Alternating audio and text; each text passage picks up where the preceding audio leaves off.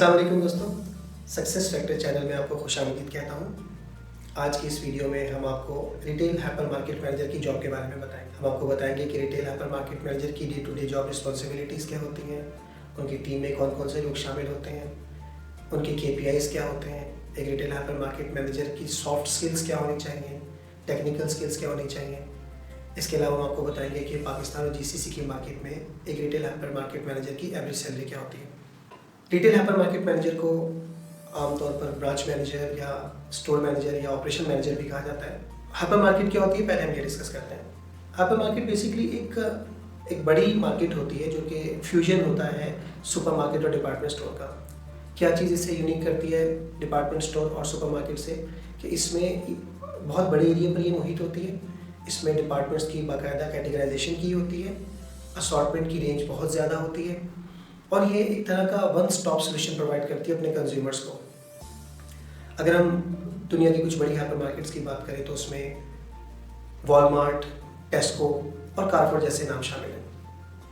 अगर हम गल्फ की बात करें तो यहाँ पर नेस्टो, लुलु, कारफोर, अलकरामा हाइपर मार्केट, मक्का हाइपर मार्केट और इसी तरह के बहुत सारे ग्रुप्स हैं। इन तमाम हाइपर मार्केट्स में एक चीज़ जो कॉमन सिमिलैरिटी है वो इसका डिपार्टमेंटल स्ट्रक्चर होता है।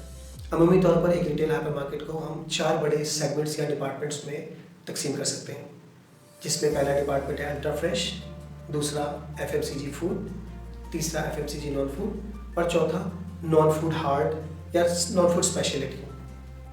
अल्ट्रा फ्रेश में usually produce, meat, fish, deli food hot food counter, chilled, dairy और फ्रोजन डिपार्टमेंट आते हैं। अगर हम FMCG फूड की बात करें तो इसमें beverages, sweets and confectionery, can food, packed food, breakfast and cereals और इसी तरीके के वो कंज्यूमेबल फूड आइटम जो कि अदर देन अल्ट्रा फ्रेश होते हैं वो FMCG फूड डिपार्टमेंट में आते हैं। FMCG नॉन फूड डिपार्टमेंट में बेसिकली हेल्थ एंड ब्यूटी, जिसमें personal care, skin care, oral care, hair care, personal grooming, hygiene की कैटेगरी शामिल होती हैं।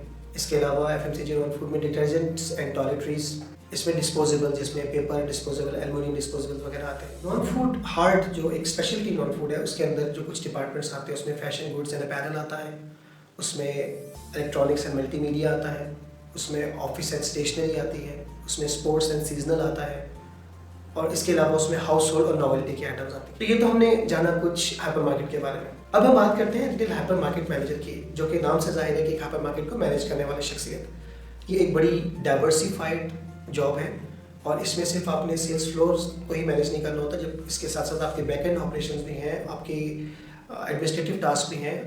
तो ये जब हम हाइपर मार्केट मैनेजर की जॉब फंक्शंस के बारे में बात करेंगे तो वहाँ पर एक्सप्लेन करेंगे।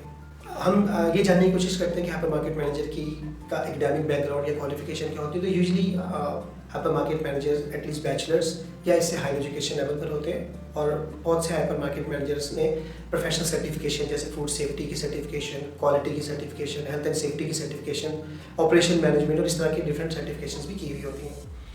एक हाइपर मार्केट मैनेजर अमूमन 7 से 10 साल का बैकग्राउंड एक्सपीरियंस रखता है, प्रेफरेबली इन ऑपरेशंस और इससे रेलिवेंट अदर जॉब डोमेन्स में, जिसका हम आगे जिक्र करेंगे। हम देखते हैं कि एक हाइपर मार्केट मैनेजर की टेक्निकल स्किल्स क्या होनी चाहिए। हाइपर मार्केट मैनेजर के पास एक ब्लेंड ऑफ टेक्निकल स्किल्स होना चाहिए, क्योंकि उसने क्रॉस फंक्शनल टीम को मैनेज करना है, डिफरेंट जॉब फंक्शंस परफॉर्म करने हैं, एडमिनिस्ट्रेटिव टास्क भी देखने हैं, ऑपरेशंस भी देखने हैं, फ्रंट ऑफ हाउस भी देखना है और भी बहुत सारी स्पेसिफिक उसकी जॉब ड्यूटीज है जिसने परफॉर्म करनी है। तो उसके पास टेक्निकल नॉलेज होना बहुत ज़रूरी है। वो टेक्निकल स्किल्स कौन सी हो सकती हैं उस पर हम थोड़ी डिस्कशन करते हैं।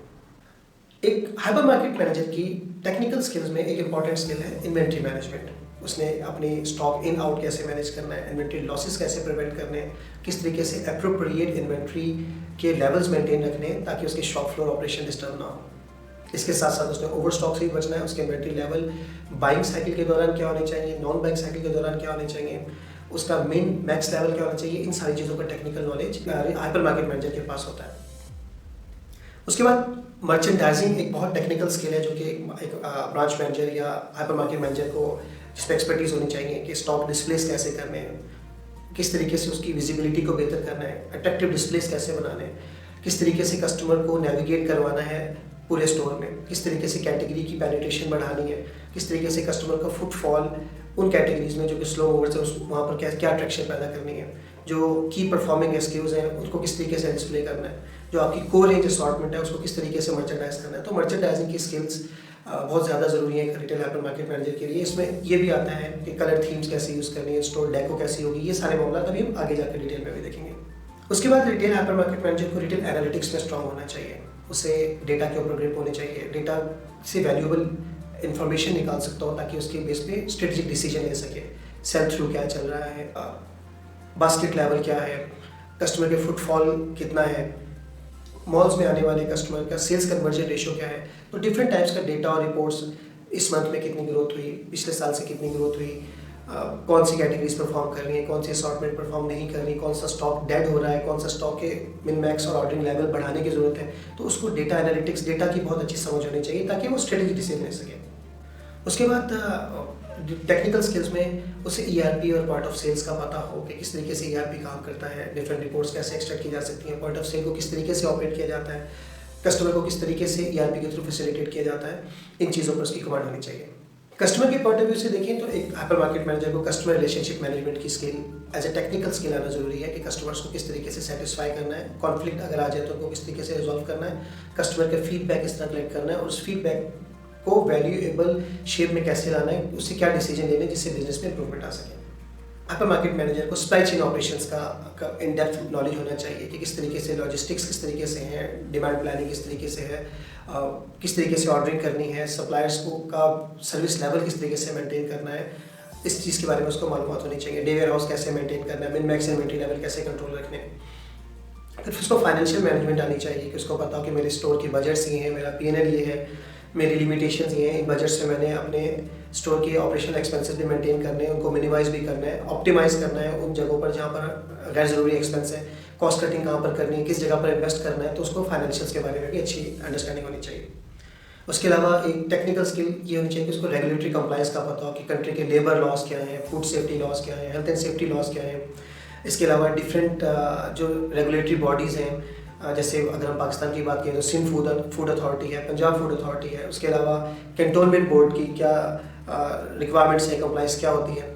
इसके अलावा म्यूनसिपैलिटी की क्या रिक्वायरमेंट्स है। इन सारी चीज़ों की उसके इन्फॉर्मेशन, लॉ की इन्फॉर्मेशन और कंप्लाइंस कैसे करवानी इसके बारे में उसके नॉलेज और स्किल होने चाहिए। और एक और इम्पॉर्टेंट स्किल जो as a market manager technical skill होनी चाहिए वो है product knowledge. Hypermarket manager को पता होना चाहिए कि वो जो प्रोडक्ट्स और सर्विसेज कस्टमर को ऑफर कर रहा है उनके क्वालिटी एट्रीब्यूट्स क्या है, वो किस स्पेसिफिक टारगेट मार्केट के लिए है, उसका कंट्री ऑफ ओरिजिन क्या है, उसके हेल्थ न्यूट्रिशन बेनिफिट्स क्या है और वो उस प्रोडक्ट की यूनिक सेलिंग प्रोपोजिशन क्या है। तो एक कस्टमर को अच्छी तरह सेटिस्फाई करने के लिए या कस्टमर को प्रोडक्ट सेल करने के लिए जितना इन डेप्थ प्रोडक्ट नॉलेज होगा वो इतना हाइपर मार्केट मैनेजर के लिए हेल्पफुल रहता है। तो ये तो थी एक जनरल डिस्कशन एक हाइपर मार्केट मैनेजर की टेक्निकल स्किल्स के बारे में। अब हम बात करते हैं उसकी सॉफ्ट स्किल के बारे में।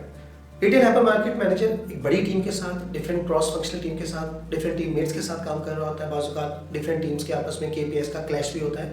तो रिटेल हाइपर मार्केट मैनेजर की सॉफ्ट स्किल्स रिफ्लेक्टिव होनी चाहिए उसकी जॉब रिक्वायरमेंट के। सबसे पहली स्किल की अगर इसमें बात करें तो लीडरशिप की। बड़ी टीम को वो लीड कर रहा है तो उसमें लीडरशिप की स्किल्स होनी चाहिए।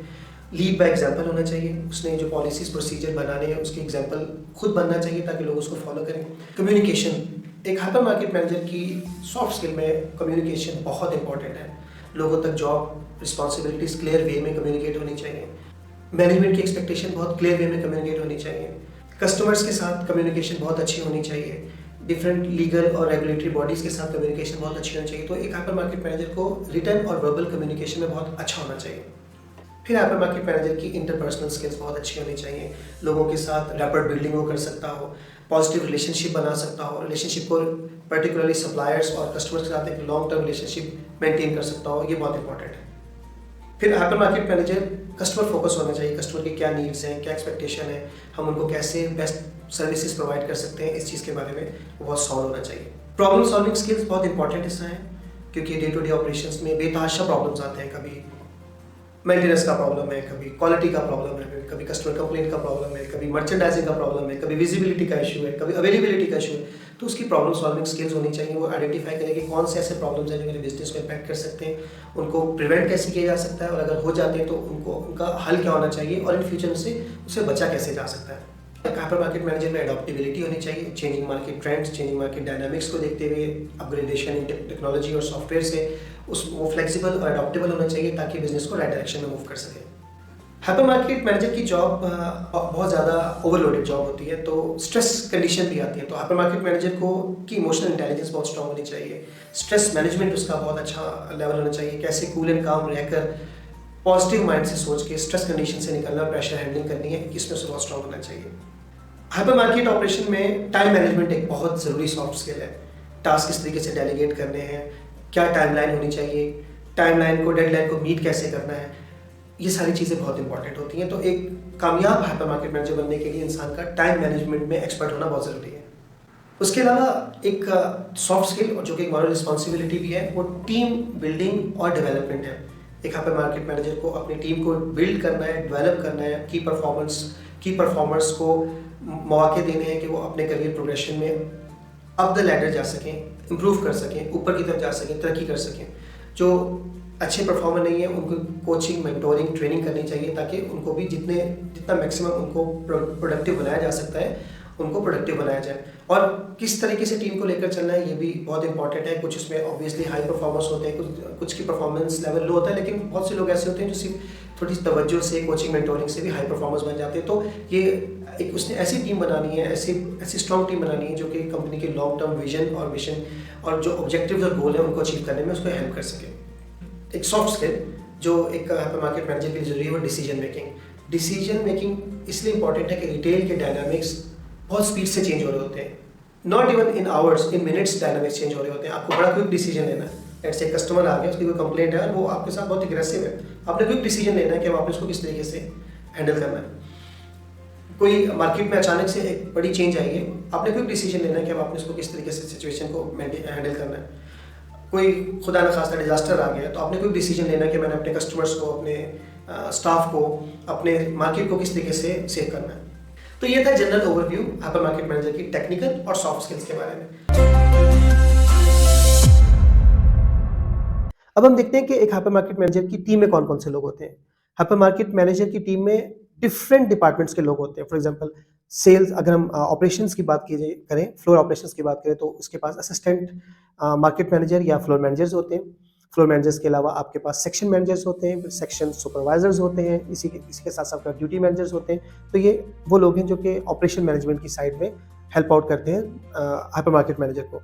इसके अलावा उसके पास फ्रंट लाइन स्टाफ होता है जो कि कस्टमर सर्विस को, कैश डील्स को, चेकआउट्स वगैरह को देखता है। फिर उसकी टीम में सिक्योरिटी और लॉस प्रिवेंशन के लोग होते हैं। उसकी टीम में इन्वेंट्री मैनेजमेंट के लोग होते हैं जो कि ऑर्डरिंग, रीऑर्डरिंग सारे मामला देख रहे होते हैं। उसके बाद उसकी टीम में मर्चेंडाइजिंग के लोग होते हैं जो कि इन store decoration, merchandising, visibility, promotion, execution वगैरह को देख रहे होते हैं। इसके अलावा उसके पास बैक ऑफ हाउस की टीम मेंबर्स होते हैं जिसमें आईटी के लोग होते हैं, एमआरपी के लोग होते हैं, मेंटेनेंस के लोग होते हैं, एचआर के लोग होते हैं जो कि अपने अपने जॉब फंक्शंस को देख रहे होते हैं और स्टोर मैनेजर की, हाइपर मार्केट मैनेजर की टीम का हिस्सा होते हैं। इसके अलावा और लोगों में फाइनेंस के लोग हो सकते हैं जो कि ब्रांच का फाइनेंस डिपार्टमेंट होता है जो कि सारी इनवॉइसिंग, पेमेंट्स और इससे रिलेटेड मामला देख रहा होता है। तो वो लोग भी हाइपर मार्केट मैनेजर की टीम का हिस्सा होते हैं। इससे आपको अंदाजा होगा कि हाइपर मार्केट मैनेजर की एक बड़ी टीम होती है और डिफरेंट जॉब फंक्शंस के लोग उसको रिपोर्ट कर रहे होते हैं, उसकी टीम का हिस्सा होते हैं। इसके अलावा भी कुछ लोग हाइपर मार्केट में मौजूद नहीं होते, लेकिन हाइपर मार्केट मैनेजर की क्रॉस फंक्शनल अलाइनमेंट उनसे रहती है। जैसे कि हेड ऑफिस के लोग वहाँ पे लीगल डिपार्टमेंट के साथ, क्वालिटी एश्योरेंस के साथ, आईटी डिपार्टमेंट के साथ, प्रोक्योरमेंट, परचेजिंग के साथ, सप्लाई चेन और लॉजिस्टिक्स के साथ, प्राइवेट लेवल, ऑन ब्रांड के साथ, इन तमाम टीम्स के साथ वो कोऑर्डिनेशन में होता है। हेड ऑफिस के जो भी प्लान्स हो रहे होते हैं वो उसके एग्जीक्यूशन फ्लोर पे देख रहा होता है और साथ साथ अपने जो उनसे रेलेवेंट चीज़ें हैं उनको भी कोऑर्डिनेट करके रिजॉल्व कर रहा होता है। अगर हम हाइपर मार्केट मैनेजर के जॉब फंक्शन पे नज़र डालें तो इसको हम ब्रॉड स्पेक्ट्रम में 3 तरह के जॉब फंक्शन में डिवाइड कर सकते हैं। फ्रंट ऑफ हाउस से related job function, back of house से रिलेटेड जॉब फंक्शन और शॉप फ्लोर ऑपरेशंस। अब हम इनको बारी बारी देखते हैं। फ्रंट ऑफ हाउस के ऑपरेशंस वो जॉब फंक्शंस होते हैं, हाइपर मार्केट मैनेजर की वो टीम सर अंजाम दे रही होती है जिनका डायरेक्ट इंटरेक्शन कस्टमर्स के साथ होता है। फॉर एग्जांपल उसमें कस्टमर सर्विस के लोग हैं, इसके अलावा चेकआउट्स और कैश डील्स हैं, इसके अलावा कस्टमर के असिस्टेंट्स डेस्क हैं, रिटर्न और रिफंड के डेस्क और काउंटर्स हैं। तो वो तमाम लोग जो कि डायरेक्टली कस्टमर्स के साथ कस्टमर हैंडलिंग कर रहे होते हैं, इनवॉइसिंग, बिलिंग और रिफंड, रिटर्न्स और कस्टमर सर्विस। तो ये सारी जो जॉब फंक्शंस हैं ये फ्रंट ऑफ हाउस के जॉब फंक्शन के बाद हम बात करते हैं शॉप फ्लोर ऑपरेशंस की। ये एक वसी जॉब फंक्शन है जिसमें हाइपर मार्केट मैनेजर अपनी टीम के साथ बहुत सारे जॉब्स में इन्वॉल्व होता है और बहुत सारे मामलों को लुक आफ्टर कर रहा होता है। फॉर एग्जांपल उसमें सेल्स फ्लोर मैनेजमेंट है कि सेल्स फ्लोर बड़ा अच्छा वेल मेंटेन हो, ऑर्गेनाइज्ड हो, कैटेगरीज डिस्प्लेस हर चीज़ एज पर प्लान हो, प्लानोग्रामिंग के मुताबिक हो, मर्चेंडाइजिंग एज पर प्लान हुई हुई हो, प्रोडक्ट शेल्फ पर अवेलेबल हो और कोई चीज़ आउट ऑफ स्टॉक ना हो, और प्राइसिंग प्रॉपर वे में उसकी कम्युनिकेट की गई हो, प्राइस लेवल्स लगे हुए हो। तो शॉप फ्लोर ऑपरेशंस को वो लुक आफ्टर कर रहा होता है अपनी टीम के साथ। प्रोडक्ट डिस्प्लेस की हमने बात की कि प्रोडक्ट डिस्प्लेस बहुत प्रॉपर वे में प्रोडक्ट डिस्प्ले हुए हो, मर्चेंडाइजिंग प्लान फॉलो हुआ हो, इसको वो लुक आफ्टर कर रहा होता है। प्रमोशंस एंड इवेंट्स अगर आते हैं तो उसकी एग्जीक्यूशन किस तरीके से करनी है, स्टोर डेकोरेशन किस तरीके से होगी, डिस्प्लेस कैसे बनेंगे, प्राइसिंग कम्युनिकेशन कैसे होगी, ये सारे मामला भी शॉप फ्लोर ऑपरेशंस में आते हैं। उसके बाद एक हिस्सा उसकी जॉब फंक्शन का बैक ऑफ हाउस मैनेजमेंट है। बैक ऑफ हाउस में वो फंक्शन आते हैं जो बज़ाहिरन फ्रंट एंड पर नहीं होते, बिजनेस को रन करने के लिए as a support back end पर परफॉर्म किए जा रहे होते हैं। जिसमें अगर हम चंद मखसूस फंक्शन की बात करें तो इन्वेंट्री मैनेजमेंट का फंक्शन है। एक टीम होती है इसके पास जो कि प्री ऑर्डरिंग कर रही है, गुड्स रिसीविंग कर रही है और डे वेयर हाउस को मेंटेन कर रही है, स्टॉक लेवल्स को मेंटेन कर रही है। जो वेयर हाउस की टीम है जो कि सारे स्टॉक्स को वेयर हाउस में एज पर ऑर्डरिंग रिसीव कर रही है, एज पर एलोकेटेड शेल्फ्स और लोकेशन डेजिग्नेटेड प्लेसेस पर उसको मेंटेन कर रही है। फिर रिप्लेनिशमेंट की टीम है जो कि डे वेयर हाउस से या बड़े वेयर हाउस से पिकिंग लिस्ट बना रही है, एज पर शॉप फ्लोर की स्टॉक डिमांड वहाँ से पिकिंग लिस्ट के अकॉर्डिंगली सामान डिस्पैच कर रही है, हेल्प कर रही है स्टोर को अपनी शेल्फ को रिफिल करने में। बैक ऑफिस एडमिनिस्ट्रेशन की टीम है, जिससे हमने पहले बात की कि एचआर के लोग हैं, आईटी के लोग हैं, मेंटेनेंस के लोग हैं। तो अगर हम एक जनरल ओवरव्यू लें तो हमें नज़र आता है कि जो हाइपर मार्केट मैनेजर है वो ना सिर्फ सेल्स ऑपरेशंस को शॉप फ्लोर को देख रहा है, बल्कि वो एडमिनिस्ट्रेटिव टास्क भी देख रहा है। जैसे हमने पहले जिक्र किया कि वो मेंटेनेंस के इश्यूज भी देख रहा है, वो अवेलेबिलिटी के इश्यूज भी देख रहा है, वो सिक्योरिटी एंड लॉस प्रिवेंशन भी देख रहा है, स्टाफ के रोस्टर्स, रोटा, ड्यूटी, शिफ्ट प्लानिंग्स भी देख रहा है। उसके बाद अब क्योंकि हमने डिस्कस कर लिया कि रिटेल हाइपर मार्केट मैनेजर की टीम क्या होती है, उसके जॉब फंक्शंस क्या होते हैं, अब उससे रिलेटेड हम उसके की परफॉर्मेंस इंडिकेटर्स KPIs की बात करते हैं। इसमें सबसे पहले हम बात करते हैं सेल्स परफॉर्मेंस की, जो कि एक मेजर KPI है रिटेल हाइपर मार्केट मैनेजर का, जिसमें वो रिस्पॉन्सिबल है अपने मार्केट के सेल्स रेवेन्यू का, जो भी टारगेट मिला है उस टारगेट को अचीवमेंट करने का। उसके अलावा उसमें मल्टीपल पैरामीटर्स होते हैं, डिफरेंट डिपार्टमेंट के सेल्स रेवेन्यू का, क्वांटिटी सेल्स का, वैल्यू सेल्स का, sales versus last month, year to date sales, month to date sales versus last year same time. तो उसमें काफ़ी KPIs और पैरामीटर्स होते हैं जो कि रिटेल हाइपर मार्केट मैनेजर जिसका रिस्पॉन्सिबल होता है और हेड ऑफिस रिपोर्ट कर रहा होता है। इसी के साथ साथ वो ये भी देख रहा होता है कि एवरेज बास्केट साइज़ क्या है और कौन सी कैटेगरीज ज़्यादा रेवेन्यू दे रही है, कौन सी कैटेगरीज मार्जिन ज़्यादा दे रही है, किस तरीके से वो अपना मार्जिन मिक्स मेंटेन करता है, ये भी उसकी KPIs का हिस्सा है।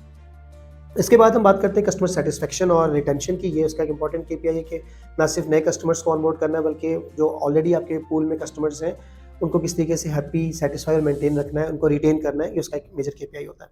इसके अलावा इन्वेंट्री मैनेजमेंट एक मेजर KPI होता है कि आपकी इन्वेंट्री बहुत ज़्यादा ना हो, आप उसके स्पेसिफिक स्टॉक डेज होते हैं हर कंपनी में, based on scale of operation वो डिफरेंट होते हैं। तो एक ऑप्टिमाइज स्टॉक लेवल मेंटेन करना है, उसके साथ साथ उन्हें स्टॉक आउट भी नहीं होना, तो इन्वेंट्री मैनेजमेंट भी उसकी रिस्पॉन्सिबिलिटी है और पर्टिकुलरली इन्वेंट्री से रिलेटेड लॉसेज भी उसने कंट्रोल करने हैं। ब्रांच मैनेजर या operation retail hypermarket manager sales revenue का रिस्पॉन्सिबल है, इसी तरीके से वो प्रॉफिटेबिलिटी और मार्जिन का भी रिस्पॉन्सिबल है। उसने ग्रॉस मार्जिन परसेंटेज क्या चल रही है, ये उसका KPI है।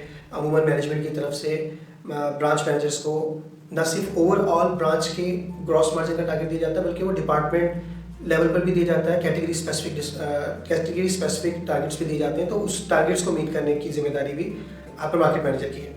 उसके बाद एक रिस्पॉन्सिबिलिटी या KPI है हाइपर मार्केट मैनेजर का ऑपरेशनल एक्सीलेंस। स्टाफ मैनेजमेंट किस तरीके से करनी है, शिफ्ट प्लानिंग किस तरीके से करनी है, किस तरीके से अवेलेबल रिसोर्सेज को ऑप्टिमम तरीके से यूज़ करना है, एम्प्लॉय टर्नओवर रेट किस तरीके से कंट्रोल करना है, स्टोर की क्लीनलीनेस और हाइजीन की कंडीशन क्या होनी चाहिए, स्टोर को जो थर्ड पार्टी सर्विस प्रोवाइडर जैसे cafeteria, kitchen, housekeeping, janitorial staff, insect and pest management की सर्विसेज हैं, उनको उनकी ऑप्टिमम सर्विस लेवल किस तरीके से मेंटेन करने, ये तमाम चीज़ें भी ऑपरेशनल एक्सीलेंस के KPI उसकी हाइपर मार्केट मैनेजर की जॉब से लिंक्ड हैं। मार्केटिंग और प्रमोशन के एग्जीक्यूशन भी उसकी केपीआई है कि जो मार्केटिंग कैलेंडर बनता है, प्रमोशन कैलेंडर बनता है, वो किस तरीके से अप्रोप्रिएटली क्या वो एग्जीक्यूट हुआ या नहीं, क्या उसके अकॉर्डिंगली डिस्प्लेस बने कि नहीं, उस मार्केटिंग और प्रमोशन के जो बजट एलोकेट हुआ उसकी क्या यूटिलाइजेशन कैसे करनी है, और उस मार्केटिंग और प्रमोशन की जो बजट एलोकेटेड के अगेंस्ट जो रिटर्न आना है, क्या वो जिस तरीके से प्लान किया गया उसके अकॉर्डिंगली आया या नहीं, सेल्स में या रेवेन्यू में कोई इंप्रूवमेंट आई या नहीं, ये सारी चीज़ें भी उसकी रिस्पॉन्सिबिलिटी का हिस्सा होती हैं। बेसिकली उसने प्रमोशन ऑफर और डिस्काउंट्स को सेल्स में किस तरीके से कन्वर्ट करना, ये भी उसकी केपीआई होती है। कस्टमर फुटफॉल आपका बढ़ रहा है कि नहीं बढ़ रहा, और कस्टमर का एवरेज बास्केट साइज क्या है, ये भी उसके केपीआई का हिस्सा होता है कि उसको कैसे इंप्रूव करना है। फिर एम्प्लॉयज़ की परफॉर्मेंस मॉनिटरिंग, लोगों की, उसकी टीम के लोगों की परफॉर्मेंस क्या है, उनके अप्रेजल के बाद उनकी प्रोग्रेस, उनकी करियर प्रोग्रेशन, उससे रिलेटेड उनके पर्क्स एंड बेनिफिट्स, ये सारे मामला भी उसके केपीआईज़ का हिस्सा है। एक और इम्पॉर्टेंट चीज़ है स्टोर परफॉर्मेंस के, उसमें टारगेट्स मिलता है कि आपने जो मॉल के अंदर आने वाले लोग हैं उसका कन्वर्जन रेट कैसे बढ़ाना है, सेल्स कैसे बढ़ानी है, कस्टमर का फुटफॉल आपके मार्केट में कैसे बढ़ाना है। उसके बाद कस्टमर सर्विस एक इम्पॉर्टेंट केपीआई है कि आप किस तरीके आपकी सर्विस लेवल क्या है, आपके कस्टमर का फीडबैक क्या रेटिंग पे है, आपके कस्टमर्स का कैश टेल्स के ऊपर वेट टाइम कितना है, कस्टमर कंप्लेंट्स कितनी है, इसके भी टारगेट्स होते हैं। और ये उसके केपीआई कैसा होता है कि इनको कस्टमर कंप्लेंट्स को मिनिमाइज रखे, कैश टेल्स के ऊपर कस्टमर का वेट टाइम कम से कम करे, कस्टमर्स की फीडबैक पॉजिटिव रेटिंग रखे ज़्यादा, और वो एरियाज जहाँ पे कस्टमर ने आपको कंप्लेंट की है या आपको पुअर रेटिंग दी है, रैंकिंग दी है, वहाँ उन एरियाज को इम्प्रूव करें। ब्रांच मैनेजर के केपीआईज में कंप्लायंस एंड रिस्क मैनेजमेंट है, उसमें health, food safety, quality, price control authorities, regulatory bodies की तरफ से डिफरेंट गाइडलाइंस होती हैं, उनकी कंप्लायंस को मेक श्योर करना होता है, सिक्योरिटी की कंप्लायंस को मेक श्योर करना होता है, हेल्थ एंड सेफ्टी की कंप्लायंस को मेक श्योर करना होता है। अबव ऑल कंपनी के अपने जो सेट पॉलिसीज एंड प्रोसीजर्स होते हैं, फॉर एग्जांपल वो लेट्स से कस्टमर सर्विस के बारे में, रिटर्न एंड रिफंड पॉलिसी के बारे में, बल्क सेल्स के बारे में, रिसीविंग के बारे में, या मर्चेंडाइजिंग के बारे में, जो भी कंपनी की सेट पॉलिसी और प्रोसीजर होता है उसकी कंप्लायंस मेक श्योर करना, उसका केपीआई कैसा होता है। अब हम बात करते हैं करियर प्रोग्रेशन की। हाइपर मार्केट मैनेजर की करियर प्रोग्रेशन क्या होती है, वो स्टार्ट किस तरीके से करता है। यूजुअली हाइपर मार्केट मैनेजर किसी भी कैरियर से स्टार्ट कर सकते हैं। वो एंट्री लेवल की रिटेल जॉब भी हो सकती है, जैसे वो लेट्स से कि वो मर्चेंडाइजर से भी स्टार्ट कर सकते हैं, वो सेक्शन ऑफिसर से भी स्टार्ट कर सकते हैं, वो गुड्स रिसीविंग सुपरवाइजर से भी स्टार्ट कर सकते हैं, वो सेक्शन मैनेजर से भी स्टार्ट कर सकते हैं। अगर हम जनरल बात करें तो एक एंट्री लेवल के रिटेल ऑपरेशन के बैकग्राउंड से करियर स्टार्ट होता है। अगर उन्होंने फॉर एग्जांपल एक सेक्शन सुपरवाइजर, सेक्शन एग्जीक्यूटिव के तौर पे स्टार्ट किया, तो सेक्शन एग्जीक्यूटिव से कुछ अरसे के बाद अपनी परफॉर्मेंस, अपनी कैपेबिलिटी, अपने क्वालिफिकेशन, एक्सपीरियंस और अपनी मोटिवेशन के साथ वो नेक्स्ट लेवल पे प्रमोट होंगे। वो सेक्शन सुपरवाइजर या डिपार्टमेंट सुपरवाइजर बन जाएंगे, डिपार्टमेंट मैनेजर बन जाएंगे, असिस्टेंट डिपार्टमेंट मैनेजर, फिर डिपार्टमेंट मैनेजर, फिर असिस्टेंट फ्लोर मैनेजर, फिर फ्लोर मैनेजर, और फिर उसके बाद वो हाइपर मार्केट मैनेजर या असिस्टेंट हाइपर मार्केट मैनेजर, और फिर हाइपर मार्केट मैनेजर के लेवल पर पहुंचते हैं। और फिर हाइपर मार्केट मैनेजर बनने के बाद करियर प्रोग्रेशन रुक नहीं जाती। ये एक सीनियर लेवल ज़रूर है, लेकिन इसके बाद भी आगे बहुत करियर में प्रोग्रेशन है। फॉर एग्जांपल अगर एक हाइपर मार्केट मैनेजर है और एक कंपनी के 5, 7, 10 ज़्यादा नंबर ऑफ स्टोर्स हैं, तो वो हाइपर मार्केट मैनेजर ग्रो करते हुए नेक्स्ट स्टेज पे ऑपरेशन मैनेजर बन जाते हैं। फिर अगर कंपनी का बिजनेस मुख्तलिफ प्रोविंसेस, मुख्तलिफ डिवीज़न, मुख्तलिफ सिटीज़ में है, तो आप उसके ऊपर ग्रोथ करते हो ऑपरेशन मैनेजर से आप एरिया मैनेजर भी बन जाते हैं, डिस्ट्रिक्ट मैनेजर भी बन जाते हैं। फिर उसके बाद अगर उसके ऊपर जो आप ग्रोथ कर सकते हैं वो आप रीजनल मैनेजर लेवल पर भी जा सकते हैं। रीजनल मैनेजर से ऊपर फिर कॉर्पोरेट रोल शुरू हो जाते हैं, वो नेशनल मैनेजर लेवल पर भी जा सकते हैं, वो एग्जीक्यूटिव लीडरशिप रोल में डायरेक्टर लेवल पे भी, डायरेक्टर ऑपरेशन या director retail hyper markets level पर भी जा सकते हैं, यानी इसके ऊपर भी ग्रोथ है। अब हम आपके मोस्ट अवेटेड सेगमेंट की तरफ आते हैं कि एक हाइपर मार्केट मैनेजर जो कि इतनी ज़्यादा जिम्मेदारियाँ, इतनी डाइवर्सिफाइड जॉब्स, इतनी क्रॉस फंक्शनल टीम कोऑर्डिनेशन और इतनी ओवरलोडेड किस्म की जॉब परफॉर्म करता है, तो उसकी सैलरी क्या होती है। लेकिन जो हम आपको सैलरी की इंडिकेशन देंगे वो सिर्फ एक अंडरस्टैंडिंग देने के लिए। सैलरी का कोई एक फिक्स स्टैंडर्ड नहीं है। ऐसा नहीं है कि एक मुल्क में एक स्टैंडर्ड हो कि यहाँ पे मार्केट मैनेजर की ये सैलरी स्लैब होगी, या किसी दूसरे मुल्क में एक ऐसा स्टैंडर्ड हो, ऐसा नहीं है। इसके पीछे बहुत सारे फैक्टर्स होते हैं, जैसे उसमें हाइपर मार्केट मैनेजर का अपना एक्सपीरियंस, उसकी बैकग्राउंड एजुकेशन, किस स्केल पर उसने काम किया हुआ ऑलरेडी, उसका एक्सपीरियंस कितना वास्ट है, वो खुद कितना कॉम्पिटेंट है, प्लस जिस ऑर्गेनाइजेशन में वो काम कर रहा है उसका स्केल ऑफ ऑपरेशन या बिजनेस का लेवल क्या है, वो उसकी एक हाइपर मार्केट है, 5 है, 10 है, 12 है, 20 है, फिर उसके ऑर्गेनाइजेशन का रेवेन्यू क्या है, फिर उसकी ऑर्गेनाइजेशन की अपनी मार्केट में एक एज अ ब्रांड क्या वर्थ है।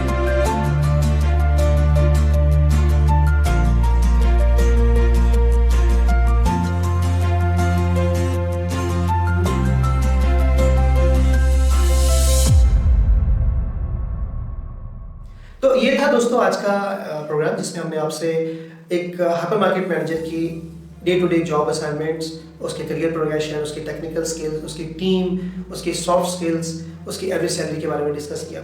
इस वीडियो के पार्ट 2 में हम आपकी मुलाकात एक सक्सेसफुल हाइपर मार्केट मैनेजर से करवाएंगे, जो आपसे अपने एक्सपीरियंसेस शेयर करेंगे और जिससे आपको यकीनन इस फील्ड में अपना करियर बनाने में बहुत हेल्प मिलेगी। तो आपसे रिक्वेस्ट है कि आप हमारे चैनल को लाइक, सब्सक्राइब और अपने आप से शेयर कीजिए, ताकि आने वाली मालूमात ज़्यादा से ज़्यादा लोगों तक पहुँच सकें। अब तक के लिए इतना ही, इजाज़त चाहूँगा। अल्लाह हाफ़िज़।